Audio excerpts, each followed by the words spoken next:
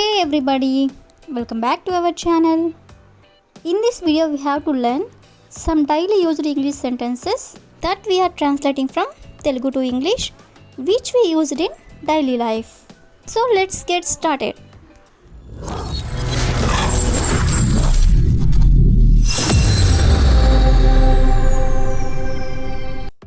Before going to the topic, if you like this video, please like and share to your friends and family members, and also don't forget to subscribe my channel.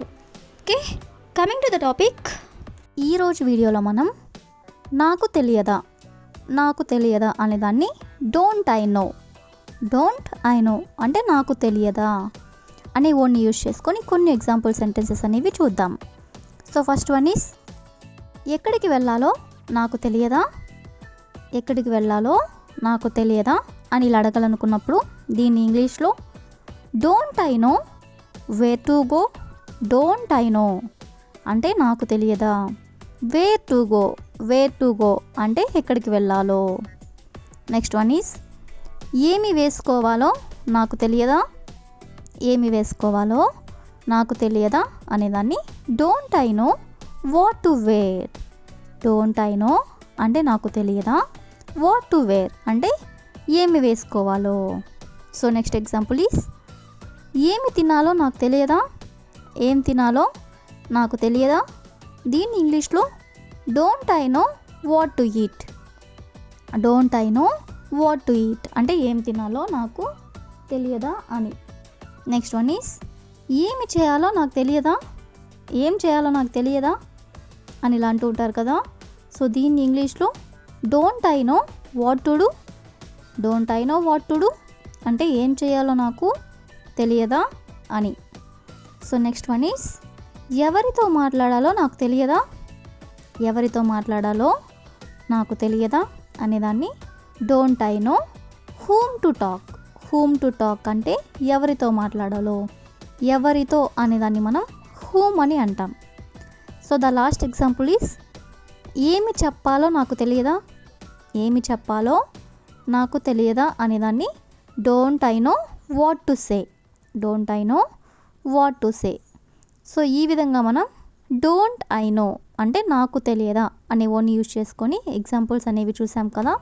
So next వచ్చేసరికి మంచిది అని ఇలా అంటూ ఉంటారు కదా, అంటే that's better అని ఇలా అంటూ ఉంటారు కదా. సో ఈ వర్డ్ని యూజ్ చేసుకొని కొన్ని ఎగ్జాంపుల్స్ అనేవి చూద్దాం. సో ఫస్ట్ ఎగ్జాంపుల్ ఈస్ వాళ్ళతో మాట్లాడకపోవడమే మంచిది.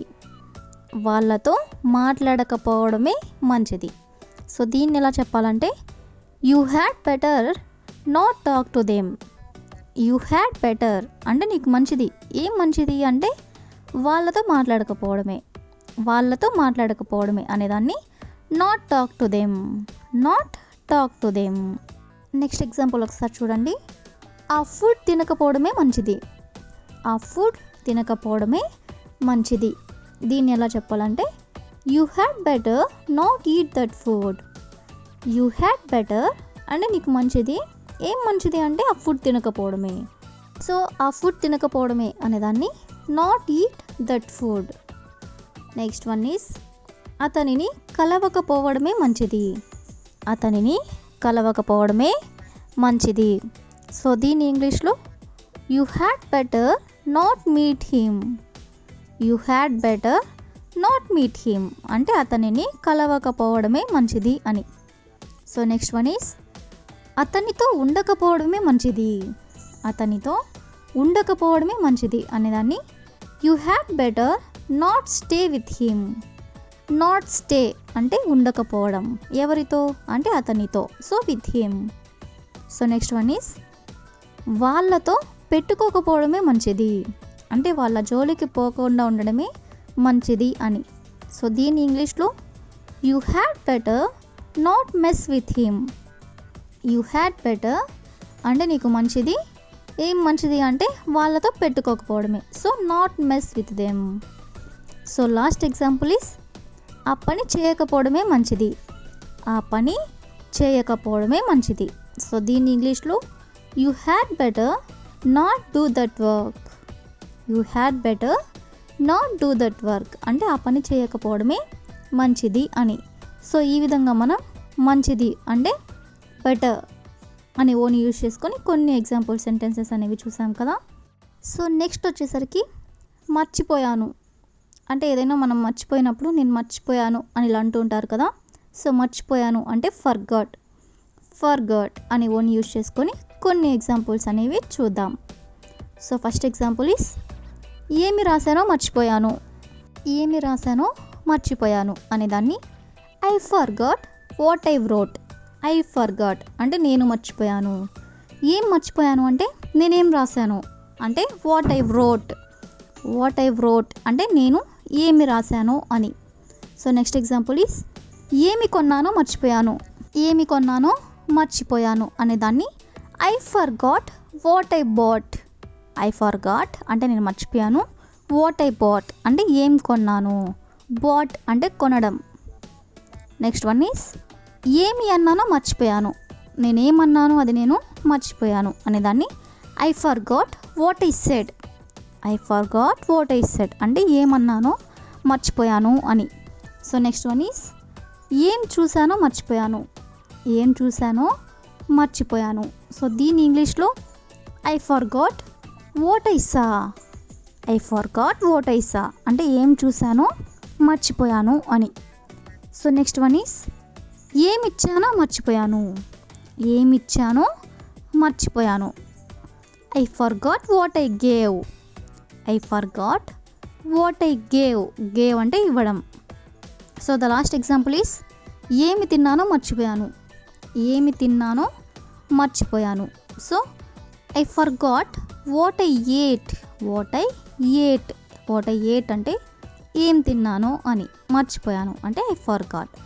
సో ఈ విధంగా మనం మర్చిపోయాను ఐ ఫర్గాట్ అనే ఓన్ యూజ్ చేసుకొని ఎగ్జాంపుల్స్ అనేవి చూసాం కదా. సో నెక్స్ట్ వచ్చేసరికి అత్యవసరమైన అనేదాన్ని ఈవెన్ ఇఫ్ ఇట్స్ అర్జెంట్ అంటే అత్యవసరమైన ఈ ఓన్ యూజ్ చేసుకొని కొన్ని ఎగ్జాంపుల్స్ అనేవి చూద్దాం. సో ఫస్ట్ ఎగ్జాంపుల్ ఈస్ అత్యవసరమైన నాకు ఫోన్ చేయకు అంటే ఎంత అవసరమైనా కూడా నువ్వు నాకు ఫోన్ చేయకు అని. సో దీని ఇంగ్లీష్లో don't call me even if it's urgent అంటే అత్యవసరమైన కూడా నాకు ఫోన్ చేయకు అని. సో నెక్స్ట్ ఎగ్జాంపుల్ ఈస్ అత్యవసరమైన వాళ్ళని కలవకు. సో దీని ఇంగ్లీష్లో don't meet them even if it's urgent అంటే అత్యవసరమైన వాళ్ళని కలవకు అని. సో నెక్స్ట్ వన్ ఈస్ అత్యవసరమైన అతని వెంట వెళ్ళకు. సో దీని ఇంగ్లీష్లో don't go with him even if it urgent. అంటే అతని వెంట వెళ్ళకు. ఈవెన్ ఇఫ్ ఇట్స్ అర్జెంట్ అంటే అత్యవసరమైన. సో నెక్స్ట్ ఎగ్జాంపుల్ ఈస్ అత్యవసరమైన మా ఇంటికి రాకు. సో దీని ఇంగ్లీష్లో don't come to my home even if it's urgent. అంటే మా ఇంటికి రాకు. అత్యవసరమైన అంటే even if it's urgent. So next one is అత్యవసరమైన రాత్రి బయటకు వెళ్ళకు. సో దీని ఇంగ్లీష్లో డోంట్ గో అవుట్ అంటే బయటికి వెళ్ళకు. ఈవెన్ ఇఫ్ ఇట్స్ అర్జెంట్ అంటే అత్యవసరమైన. So the last example is అత్యవసరమైన బయట తినకు అనేదాన్ని డోంట్ ఈట్ అవుట్ అంటే బయట తినకు. అత్యవసరమైన అంటే even if it's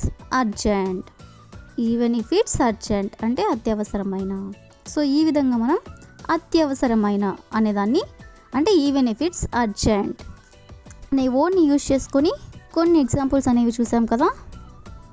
so that's all for today. I will ask you a question for you. అత్యవసరమైన ఆమె help తీసుకోకు. So if you know this one in English, please comment in the comment section. Thank you for watching.